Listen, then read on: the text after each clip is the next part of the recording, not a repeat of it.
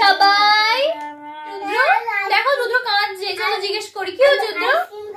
Ice cream খাবে? এই গরমে রুদ্র কিন্তু প্রতিদিন আইসক্রিম খেতে চায়। শুধু শুধু কি বাচ্চাদের বরফের আইসক্রিম কিনে দিলে হবে? একদমই নয়, সেই আইসক্রিম থেকে হেলদিও হতে হবে। তাই জন্য আমরা নিয়ে চলে এসেছি আজকে ওয়াটারমেলন আইসক্রিম। তো দেখো আজকে আমরা রেসিপিটা বানাবো ওয়াটারমেলন আইসক্রিম। তো চলো রেসিপিটা বানানো যাক। চলো বন্ধুরা তরমুজটাকে কেটে নিই। তরমুজের কিউবগুলো এবারে আমরা বের করে নিই। চলো একটা নিয়ে নিয়েছি বোল, আর এই দেখো এটা নিয়ে নিয়েছি। এবার এটাকে এইভাবে ঢুকিয়ে তরমুজের মধ্যে এইভাবে পেঁচাতে হবে। দেখো উঠে এসছে।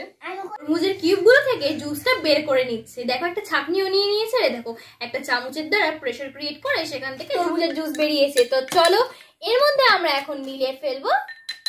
লেবুর রসটা জুসের মধ্যে দিয়ে দিল। এবারে ওয়াটারমেলন জুসের মধ্যে চিনিটা দিয়ে দিল। আইসক্রিম মোল্ডের মধ্যে জুসটা দিয়ে দেয়, সব পড়ে যায়। এবার রুদ্র এগুলোকে কাঠিগুলো দিয়ে লক করে দেবে। তো করে দাও রুদ্র। হ্যাঁ কাঠিগুলো কিন্তু ভর্তি করে দিয়েছি। এবার এই আইসক্রিম মোল্ডটাকে আমি রেখে দেবো ডিপ ফ্রিজে 6 ঘন্টার জন্য। তারপরেই রেডি হয়ে যাবে আমাদের ওয়াটারমেলন আইস মোল্ড থেকে আইসক্রিমটা। ওয়াও কি সুন্দর ওয়াটারমেলন আইসক্রিম! আর খেতে হয়েছে, রুদ্র খেয়ে বলো কেমন হয়েছে বলো। অসাধারণ। আর খেতে হয়েছে অসাধারণ।